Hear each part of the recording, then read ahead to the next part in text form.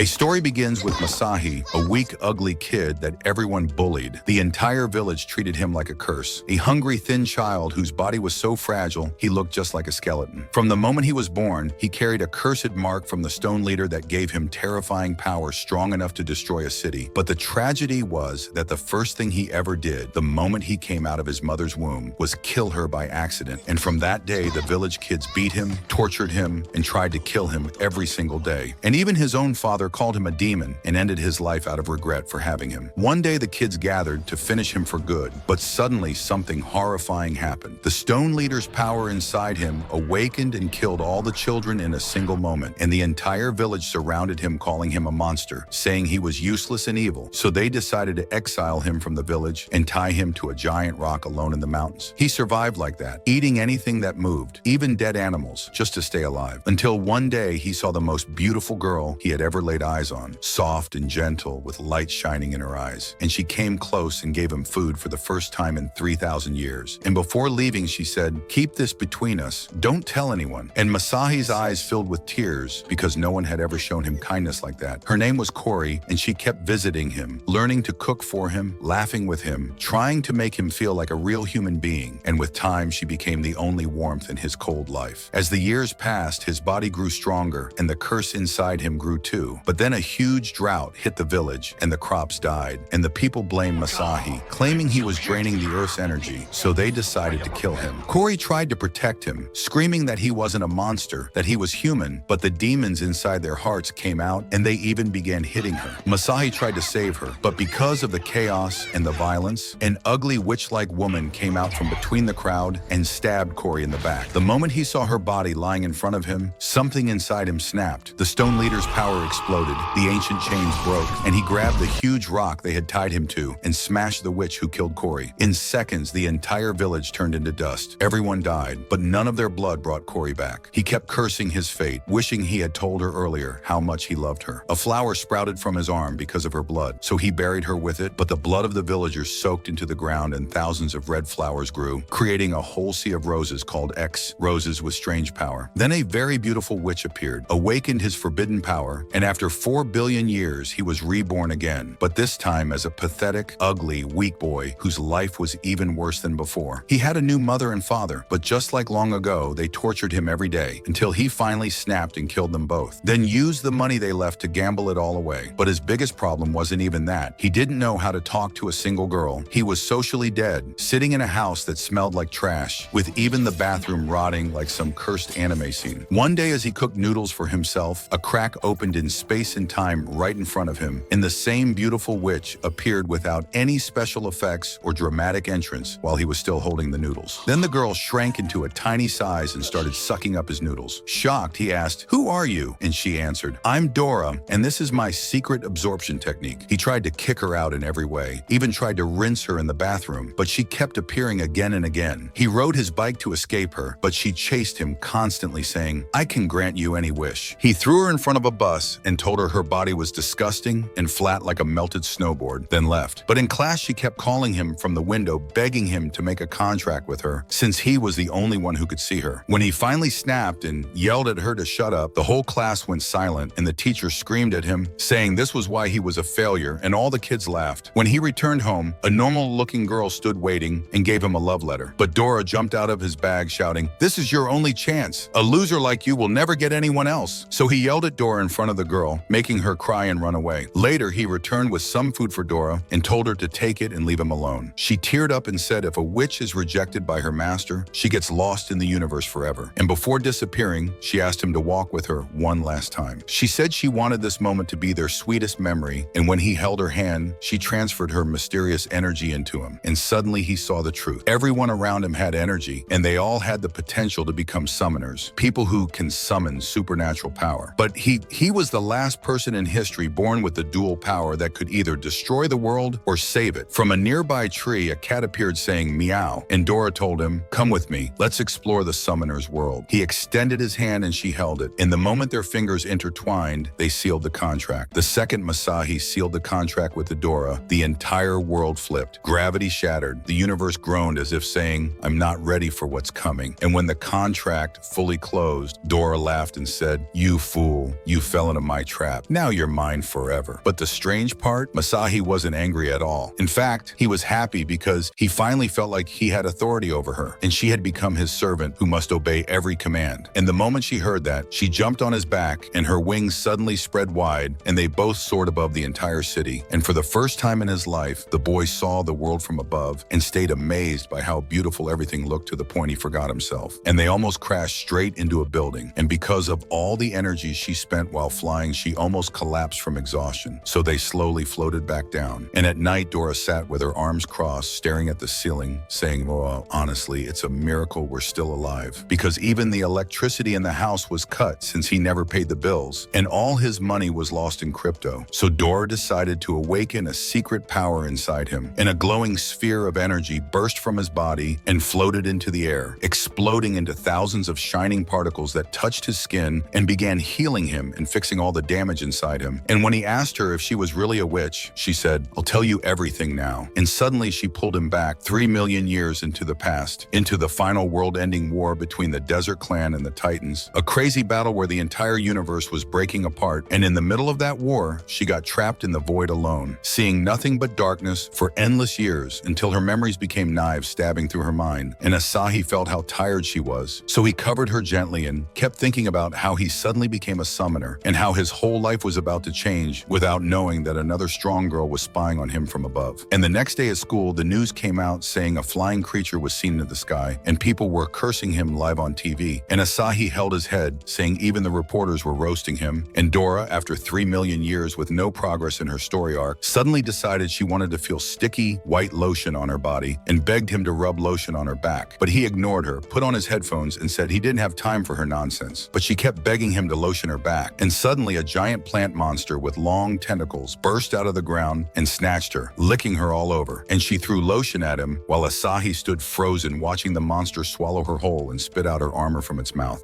So he started running like crazy as Saif chased after him to save her. But Dora cried out, saying she couldn't use her powers unless she was right next to him. And suddenly the monster stumbled when he kicked it in the eye and slammed into a wall, and it ran off straight into a crowded festival. And Asahi pushed through the crowd, trying to find her, but felt like he completely lost her, until a muscular guy jumped on him from above, screaming, "How dare you insult my sister like that?" And Asahi shouted that her face looked like she fell from the sky onto the sidewalk, then ran off laughing. And as he ran, he heard Dora's voice fading, saying she would die if he didn't reach her. And suddenly a random kid appeared asking if he wanted to join Jehovah's Witnesses. So Asahi jumped on his face, yelling that this wasn't the time for scam nonsense. And he reached a spot where he saw a cactus and jumped past it, and a cute innocent girl popped out. And then he heard strange music coming from his ear, the kind only one horrible screaming band in the world could make. So he ran toward the concert, feeling Dora's energy there, but almost gone. And she started collapsing, so he thought about shouting something hurtful to trigger her, and yelled that he was happy she disappeared. And incredibly, that actually restored her energy instantly. And she began kicking the monster from inside and burst out of its mouth. And when it opened wide, Asahi saw the greatest city in anime history, and tears came to his eyes from joy. And after she crawled out, the monster ran toward a hot girl who had been watching from afar, and Dora wanted to finish them both, but the girl disappeared instantly, and Asahi told her to calm down because that girl wasn't normal. She controlled her summoner from far away, and no one could see her. And somewhere else, an old man told the girl not to let Asahi escape because they needed to see the final power of the leader inside him. And after she left, the old man was shaking with excitement, waiting for the moment Asahi would return to his true leader form. The next day at school, the two coolest characters in the entire anime world walked straight toward Asahi, and all the boys stood aside staring as she ignored everyone and handed him a note before walking away. And as soon as she left, the boys crowded around the letter and read that she was waiting for him in the forest after school. When the school day ended, they followed him secretly to see what he would do. But her bodybuilder brother screamed at him, asking how he dared reject his sister and take the hottest girl in school. But Asahi ignored him and walked in silence for hours until he reached the forest, while they still watched from far away. And suddenly, water pillars shot up, and Asahi stopped with the girl and told her to be careful in the forest, happy that she was safe. But then plant veins shot out of the ground and wrapped around all the boys watching him, leaving him to walk alone. But inside, he discovered the path was a dead end. And before he could understand anything, the trees suddenly opened into a passageway. And as he walked through it, he saw the hot girl again. And her plant looked at him and said, "Give us the soul with you, or your life ends here." And Asahi replied that he wouldn't abandon his new pet, that he was attached to Dora, Dora, and those words angered the girl, so she threw a thorned rose at his face, cutting him while the wind slammed into him, and suddenly the plant turned into a giant veined sword and smashed the ground so hard it split open, and Dora was collapsing from using too much power while desperately searching for a weapon and screaming she would get him something. But the girl didn't wait and stretched her hand into the ground, summoning a gigantic tree that rose like a mountain, and thousands of razor-sharp plant blades shot toward him, cutting the earth while more vines burst out attacking. And Asahi's plant partner said confidently they would win this battle using only 30% of their power. So the girl summoned a real monster, and a giant tree creature emerged fully from underground, standing like a titan. And Asahi whispered in terror that he had the weakest summon in history, and before the tree could crush Dora, she flew upward, but two vines grabbed her and trapped her, and the girl ordered the tree to finish her now. So Asahi ran and stood in front of her to protect her, and was crushed under the tree's massive fist. And when the dust settled, everyone thought Asahi died, but suddenly a glowing circle of light erupted from the ground, and Asahi rose out of it with Dora and her special knives. And the plant told the girl to use her full power now, so the tree raised its hand, but Asahi asked Dora for all her power, and she poured every bit she had into him. And when he struck with his hand, the tree's arm froze in place, then was blasted backwards with unbelievable force. And when the tree tried to attack again, Asahi used the crystal wings he gained from Dora, flying fast and dodging every strike. Then he jumped onto the tree's arm and activated the crystal boots, running across its arm, cutting pieces off with the knives one after another until he stripped it completely. Then he leaped high and stabbed it in the heart, destroying it instantly. When the dust settled, Dora ran into him, hugging him, asking how he knew to strike the tree from the inside, and he laughed, saying he had lots of experience hitting wood. The hot girl walked over to dissolve the giant tree, and when Asahi looked at her, he said she looked way more beautiful up close. And Dora jumped on him, screaming in jealousy, asking if he still liked her after everything. And she tried to finish the girl, but Asahi stood between them and said to leave her because she hadn't even used half her power and could have crushed them anytime if she wanted. And suddenly an entire army of plant monsters appeared, waiting to see the outcome. And the big plant said the only one who passed this test was Dora. And Dora, trying to calm things down, suggested they all have dinner together to talk. But the plant said her face wasn't suitable for discussion. And suddenly, the girl's stomach growled loudly, and everyone looked at each other, realizing she was hungry. That night, they all sat around a large table eating, and even the plant said Asahi's cooking was the best thing he had ever tasted, and that they were good friends now, and he was wrong to see them as enemies. And Asahi asked why they attacked him in the first place, and the plant said they were the city's guardians and thought he was an enemy. After a while, the plant suggested Asahi join their team, but the girl shoved meat into the plant's mouth, telling him to shut up, and walked away. So Asahi followed her, flirting and trying to use his new charm magic on her. And she said her name was Hana and gave him a black rose, saying she would watch him and Dora and they should stay sharp. And when Dora saw the rose, she said he just got a romantic date and got extremely jealous. But Asahi looked at the rose and said it meant he officially belonged to her. A few days later in class, suddenly a giraffe stuck its face through the window, shocking all the students. And then a raccoon jumped into the classroom, and the girl almost wet herself from fear as the raccoon started breaking everything and dragged the teacher by his legs outside. And Asahi ran to see what was happening and found all the animals running loose in the streets, chaos hitting the entire city. And at the basketball court, a chimpanzee grabbed a ball and scored the first point like Michael Jordan himself, while the kids were terrified, not knowing if this was the end of the world or the beginning of something worse. And right when everyone was running to escape, armies of alpacas charged through the streets while the coach screamed at the students to run inside the school hall. But Dora held Asahi and told him he wasn't supposed to run away like any coward anymore, that he was now a summoner. And in the middle of the chaos and panic, Asahi looked around and saw animals covering the streets like the entire zoo had become a capital city. And there was a reporter on TV warning people, and the reporter stood there warning people that the animals had escaped from the zoo and everyone needed to go to the ethics center immediately. But suddenly a parrot flew straight into her face and slapped her hard while yelling, "Shut your mouth, Marfa!" And in the middle of all that chaos, Asahi noticed a girl standing calmly in the middle of the street while a lion was about to swallow her. So without thinking, he sprinted toward her and tackled her to the ground to save her. And he wondered why she was just standing there, not scared, while beasts were everywhere. But the girl got angry at him, and a cat popped out beside her, and when he tried to hold the cat, it scratched his face and returned to the girl. And Dora looked at them and said that girl didn't look normal, and he should be careful. And at the same time, Hanaki appeared on a rooftop with her plant and saw that girl too, and immediately realized she was the one summoning all the animals. And she confidently said this battle was easy and jumped from the roof while the plant fired burning projectiles projectiles, and smoke exploded everywhere as they descended. And Hana summoned her black rose and tied all the animals with thick vines. But the mysterious girl escaped quickly, and a huge tree root whipped upward from the ground and grabbed them, suspending them high in the air. And the plant asked the girl why she freed the animals, and the girl stubbornly said this land belonged to the animals before humans took it. And the plant called her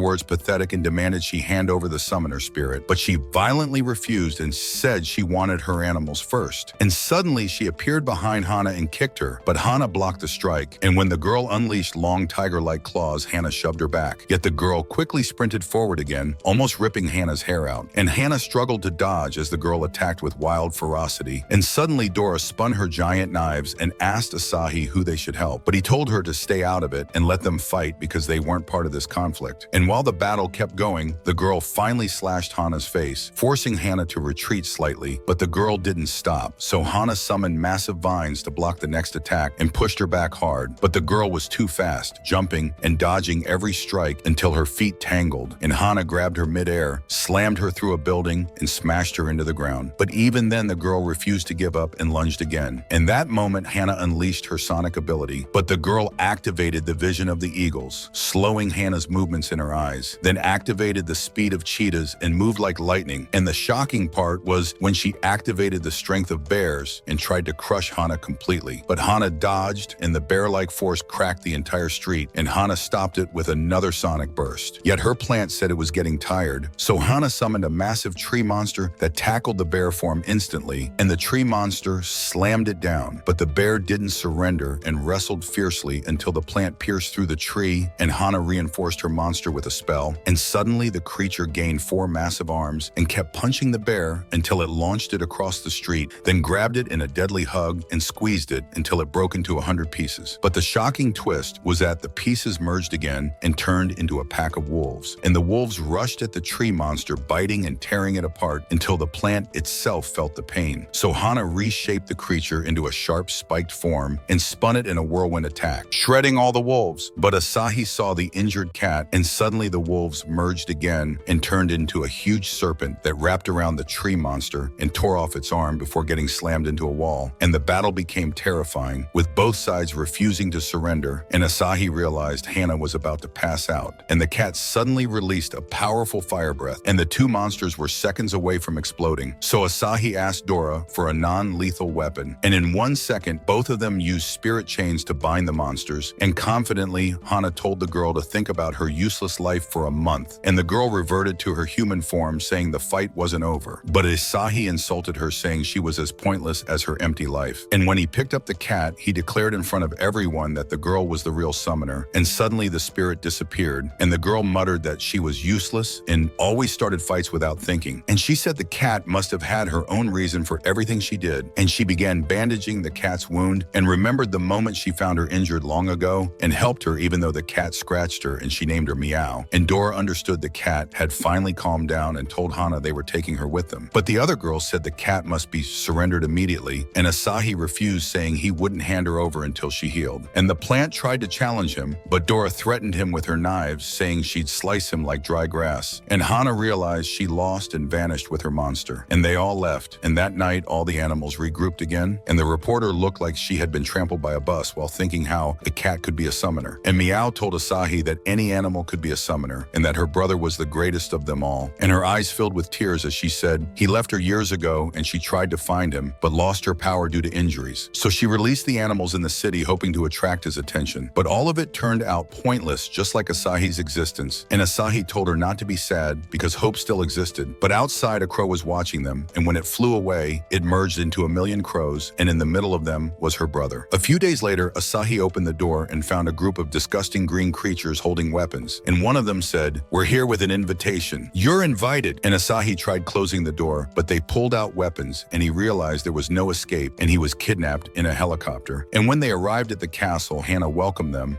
with a sweet smile that shocked everyone with how beautiful the place was. And inside, a fire monster was roasting pork, while Asahi stared, asking himself if all of them were summoned spirits. But the plant said only one of them was actually a summoner, and Hana invited them deeper inside, and they saw a giant statue as the plant explained that this used to be the first base of the Watcher clan. And while climbing the stairs, Asahi suddenly heard his mother's voice and thought the statue was talking to him, him and almost ran toward the illusion. But Dora grabbed him, telling him to focus, and the plant said he was just spacing out. And after a while, they reached the dining room where an old man introduced himself as Harlan, Hana's grandfather and the head of the Black Rose family. And Dora looked at him, thinking he was just another old man. But with one small gesture, he made everyone sit instantly, and Asahi felt overwhelming power coming from him. And the man apologized for summoning them and began explaining something called the crystal, which was the origin of all spirits, and said the crystal was both a leader and a demon at the same time, and that humans had fought wars over it for centuries, causing the world to split into watchers and destroyers, with the second group being evil and wanting to control the world. And he asked them which side they wanted to join, and Dora said, "The Avengers," while the cat said justice. But Asahi silenced them, saying this was a cheap Chinese anime, and even the heroine wasn't worth the budget. And he tried to dodge the question, saying his parents told him not to trust old men. But Harlan shocked him with the truth, saying his parents abandoned him at age 5 and disappeared as if they never existed, and that Asahi dyed his hair to hide his identity, but none of that was coincidence, because he had a special ability inside him, and that was why he could summon Dora. And suddenly Dora was searching his wallet and found a picture of him as a child looking exactly like Harlan described, shocking everyone as they wondered how he knew all that. And before they could ask more, a giant spherical creature crashed through the castle roof, but Harlan punched it once, killing it instantly and making all the windows explode from the impact. And the creature turned out to be one of the destroyers coming to attack. But Harlan understood the enemy, so Dora told Stan to protect them for a few seconds while she awakened a new power inside Asahi. And in that exact moment, the creature's roar shook the entire forest as Ruthless charged toward them again. And Dora placed her hands on Asahi's back and forced a violent surge of crystal energy into his body until his veins lit up with blinding white light and the ground cracked under his feet. And Ruthless smashed down his fists, but Asahi opened his eyes glowing like two suns and stopped the giant hand with just one palm, the shockwave blasting the trees behind him. And Dora screamed that she transferred everything she had left, and Stan yelled at them to run, but it was already too late because Ruthless swung again, and Asahi's aura exploded like a storm, pushing everyone away. And he jumped up, kicking Ruthless in the face so hard the monster rolled across the rocks. And Ruthless got up instantly and roared with rage and charged again, but Asahi vanished and appeared behind him, slashing with Dora's spirit daggers. Yet the cuts did nothing because Ruthless's body was like stone, and the monster grabbed Asahi by the neck and smashed him into the ground, sending dust flying everywhere. But Asahi pushed himself up, coughing blood, and Dora screamed his name and tried to run toward him, but Stan held her back, yelling that getting closer would kill her instantly. And Ruthless stomped toward Asahi, planning to crush him and end everything. But Asahi clenched his fists and remembered every moment of pain, every humiliation, every time he was abandoned and alone. And his aura burst out again, breaking the rocks under him, and he punched Ruthless so hard the monster slid back several meters, making the entire valley shake. But even that wasn't enough, and Ruthless let out a monstrous howl and gathered a huge orb of destructive energy between his hands and threw it at them like a falling star. And Stan screamed for everyone to get down, but Asahi ran forward, straight into the blast, and the explosion swallowed him completely, the light turning night into day. And Dora screamed until her voice cracked because she thought he died. But when the smoke cleared, Asahi was standing inside a glowing dome of crystal energy he didn't even know he could create. And Ruthless looked shocked for the first time, and Asahi's aura rose higher and higher until his hair floated and the world around him trembled. And Dora realized he was awakening the hidden summoner bloodline inside him. And Ruthless rushed forward to stop the transformation, but Asahi burst through him like lightning and punched him in the chest, sending cracks spreading across his body like broken stone. And Stan yelled that Ruthless's core was exposed and to finish it now. And Asahi gathered every last drop of Dora's energy, every memory, every emotion, and screamed as he struck the core with everything he had. And Ruthless exploded into a storm of black dust that scattered across the sky until nothing remained. And Asahi collapsed to his knees, exhausted and barely breathing, while Dora ran to him, crying and holding his face, telling him not to die. And Stan approached slowly, looking at the destroyed battlefield, and whispered that they had just defeated one of the strongest destroyers in existence. And Meow looked up at the sky, trembling, saying that if Ruthless was here, then the others wouldn't be far behind. And the cold wind swept across the ruined forest as everyone stood in silence, knowing that this was only the beginning and that the real war was about to start. But Meow didn't stay down. She jumped back into the fight and slid under the monster, scratching his back with a waterfall of claws. But the creature grabbed her leg and smashed her into the ground, kicking her away like a ball. And Stan ran to her and found her in a terrible state while the monster was getting closer. So Asahi and Stan decided to enter the battle themselves and said they would buy everyone everyone a little more time. But the monster knocked them both with a strike that your heart would love, and he was about to crush Asahi into the earth. But Stan suddenly disappeared because he used his fake hologram illusion, and the monster kept punching the air until 12 Stans surrounded him and shouted with one voice, "You're going to hell, monster." But the monster said enough jokes and exploded the whole ground with a terrifying storm, revealing the real one and throwing him far away. And Asahi barely protected him with an energy shield, and when they landed they found skulls and bones buried everywhere. And Asahi finally understood that the monster was the one who killed all the villagers and said he must die. And Ruthless started pulling giant rocks from the ground and throwing them, while Asahi made another shield. And in that moment Dora told him she would give him all her memories and all her weapon techniques, and told him to take everything like a hero. And she gave him a silver spear, and he jumped and crushed the monster's arm, then summoned a sword, then the returning blade, one after another until he reached the Dragon Slayer sword and shattered Ruthless's armor completely. And when the monster fell to the ground screaming, Stan said they must destroy the core. But the monster began crying and said his name was Mott, and if he died, the parasite inside him would escape. And they all froze as the armor on his chest began to crack, and he felt strange energy. And suddenly a sword came out of his heart and stabbed him, and massive spikes erupted from his body. And in a far tower, the Destroyer King saw that Nirmad's signal vanished and understood something huge happened and ordered everyone to prepare immediately. And then we returned to the real Mott, the true monster hiding inside the fake body, who said the parasite had taken over everything. And the new form of the monster appeared more terrifying and began launching massive stone spikes. And Asahi attacked him with swords, and Stan blasted him with energy, and Meow revealed her wolf fangs and bit him. But the monster disappeared and appeared behind her and stabbed her with a spike, making her fall back into cat form. And Stan got hit and thrown away, and the monster summoned massive weapons, and Asahi used the thunder hammer, but it broke. So he stabbed the monster in the face with his dual swords, but nothing affected him. And Asahi told Dora to focus all her power into him because he must end it with one strike. And Dora used her last strength and gave him a huge blade that could cut anything. And Asahi flew at the monster, but the monster blocked it and shattered the blade, and Asahi fell and crashed into the rocks. And Dora ran to him trying to wake him up, but he was trapped inside the prison of her spirit. And when he touched her crystal, he broke one of his chains, but the monster attacked them, and Dora stood in front protecting him with a shield, and the monster kept smashing it. But Dora created another shield and said she wouldn't leave him and wouldn't let them take him. And the monster remembered his old lover when he saw her, but he kept hitting. And in that moment, Asahi touched the crystal again, and it lit up fully, and suddenly thousands of swords fell from above and pinned the monster to the ground. And a legendary witch appeared, spread her wings, and blasted the boss, while a colossal mythical sword fell from the sky and stabbed the monster, causing a nuclear explosion that shook the earth as all his energy got sucked upward. And when the world calmed, Asahi saw the witch and said, "That was Dora." But when he woke up, the battle was over, and Stan told him they survived, but Meow was dead, and Mott was also truly dead. And Asahi said they didn't need to find the destroyers because the destroyers would find them, and they walked away. But at night, the destroyers came to the corpses, and Heart read Mott's memories and saw everything and said they would avenge his death. And inside the car, Stan and Dora were trying to keep Asahi alive because he was between life and death from all the bleeding. And Stan found Meow had a fever and prayed the destroyers wouldn't find them now. But the device screamed and got hacked, and a massive snake appeared, and Shadow showed up in front of them suddenly. But she wasn't alone because Crow came from another portal and launched burning fire that exploded the car, throwing everyone away. And Flame appeared behind them and aimed at Stan, and Meow, in her last moment, fell down. And Asahi saw only his friends dying around him before all the destroyers appeared in front of him. And Heart looked at him with anger and said he was a failure and a disappointment to the spirits, and told him to say his last words to the devil. And suddenly darkness fell, and gravity magic crushed him into tiny pieces until his soul left the body completely. And when he opened his eyes, he found himself in a strange dark dimension, and a man in a black robe told him he was now in the gap between time and space, and that Asahi had truly died in the real world. And when Asahi asked about his friends and heard they were all dead, he screamed and shattered the glass around him and cried, saying he was the reason. He was weak. He was useless. But the man suddenly said he would give him 3 minutes to go back to the past as an apology for neglecting him as a father. Because the man removed his hood and revealed he was Asahi's father, and said he forgave him for burning their house, and that he wished he had been a better father, and told him to wait at the demon furnace where they would meet again. And while Asahi was trying to process it, he suddenly woke up inside the car with Dora trying to stop his bleeding, and he told her quickly that the destroyers were coming. And moments later, Shadow came out of a magical portal and sliced the car in half. But when she she searched inside, she found it empty because it was a trick, and a huge explosion happened, and Stan said the ambush worked, and Dora told him he was a genius. But he said the battle wasn't over yet, and they needed to hurry to save Hana. And when they reached Hana's house, they found she disappeared and left a letter saying she went alone to the Demon Furnace, a faraway island with a special summoner trial. And Stan said the island was legendary, but they didn't know its location until Asahi saw the coordinates on the letter, and Stan confirmed it was the exact location. So they flew the helicopter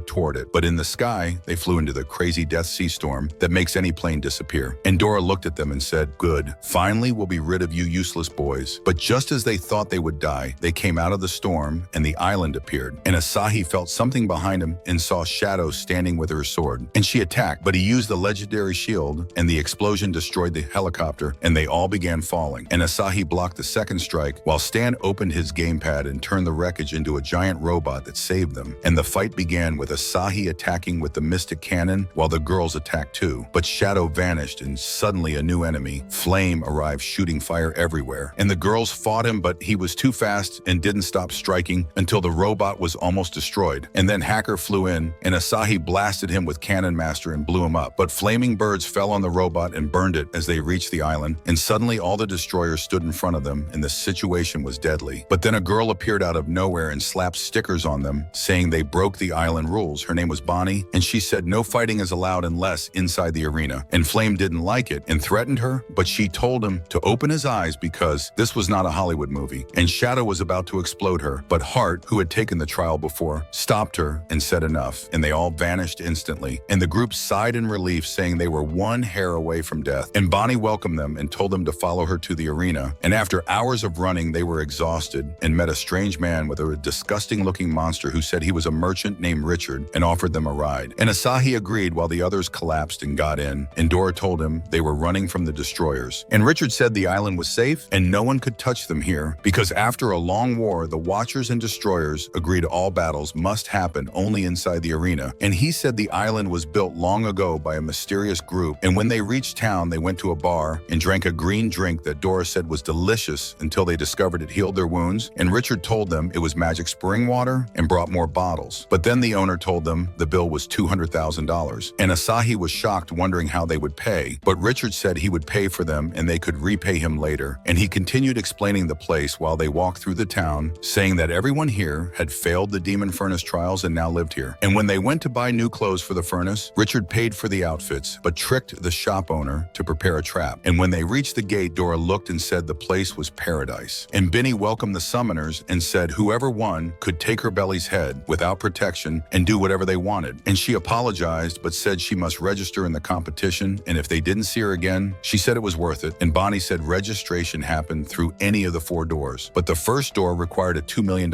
entry fee. And Mr. Green said, how could a broke summoner enter? And suddenly a fat man stepped forward and paid cash to enter the second door. But that door was for beautiful girls only. So Dora instantly transformed and entered. And Maya tried, but the guard told her she should have trained her face before her skills. And the third door was for those with powerful strength. And one man hit the wood and showed his level, but Meow smashed the device with bare strength. And the fourth door was for celebrities, and Richard entered easily. And Asahi asked how, and Richard laughed, saying his fame came before him, hiding the fact he was a wanted criminal. And suddenly the woman with them started explaining that they were now standing in the Demon Furnace arena, which had 100 floors. And she said the first 20 were like beginner stages. And one summoner said Paul could reach floor 5, and another said he couldn't reach the third. And Richard casually said this was his 5th attempt, and he always got stuck at the first checkpoint and never passed floor 9, which shocked everyone. And when they reached the first checkpoint, Bonnie said there was a checkpoint every 10 floors, and failing meant starting over. And after a while, they reached a luxurious hotel that looked beautiful. And Bonnie told them to rest before the first elimination round and disappeared into the air like a ghost. And of course, Meow smelled the food from the restaurant and sprinted there, making everyone follow her quickly. And after a while, when they were relaxing in the luxurious bathroom, they suddenly saw Hannah on the TV doing an insane performance in the competition, and she had already reached floor 1, and people saw her as a superstar. And she even caught many monsters with a green technique, and the whole team was amazed and happy. And Asahi told them to try their best. Maybe they could meet her in the next stages. But when everyone went to their rooms to sleep, Richard was thinking they were all a bunch of fools who understood nothing. But night came, and with it the disaster, because Asahi found his room turning into a prison cell with nails coming out of the walls as they closed in on him. And he tried to open the door, but it was locked. While Dora discovered the window was sealed and there was no escape, so she tried to save them and pulled out her huge knives to cut the door. But the moment she touched it, her entire weapon shattered, and she understood the whole room was a trap. And Dora kept trying many weapons, but the walls kept getting closer and closer before they became grilled meat. So Asahi thought of a new plan, and they used a bone key to unlock the door at the last second and ran outside, discovering all the rooms were traps. And they ran looking for Meow when suddenly they saw a giant green cockroach coming out of her room. And Asahi tried to stomp it, but it turned out to be Meow herself, which was her only escape method. And at the same moment, the other summoners started coming out of their rooms one after another, and only Stan was missing. And suddenly they saw red liquid spreading from under his room like blood. And Meow thought he died and began to say a few words about him. But suddenly Stan fell from the ceiling and explained he escaped through the vents above. And then they heard a voice on the microphone, a clown-like liar who said he was the boss of the first floor. And as soon as he said that, the hallways began exploding, and Asahi and Dora barely dodged the traps, and Stan almost said goodbye to life until Dora shouted for them to run to the lobby quickly. And they all ran, but the ground exploded under their feet, and one participant fell into the boiling lava like an egg in a frying pan. And Asahi warned them to run, but the floor collapsed under them, and Stan almost fell completely. But Dora opened her wings and saved him, and the others hung on her like kids in an amusement park, while Asahi saved a few more. And the round continued while some men began crying for their mothers, and others dodged the traps lightly like ninjas. And finally, when they found a door that looked like an exit, they wondered if it was real or just another trap, but they had no choice, so Asahi kicked the door, and it really was the lobby. And inside, the monster named Rian welcomed them and said they passed the first test and introduced himself as the first floor boss. But when they saw him, some participants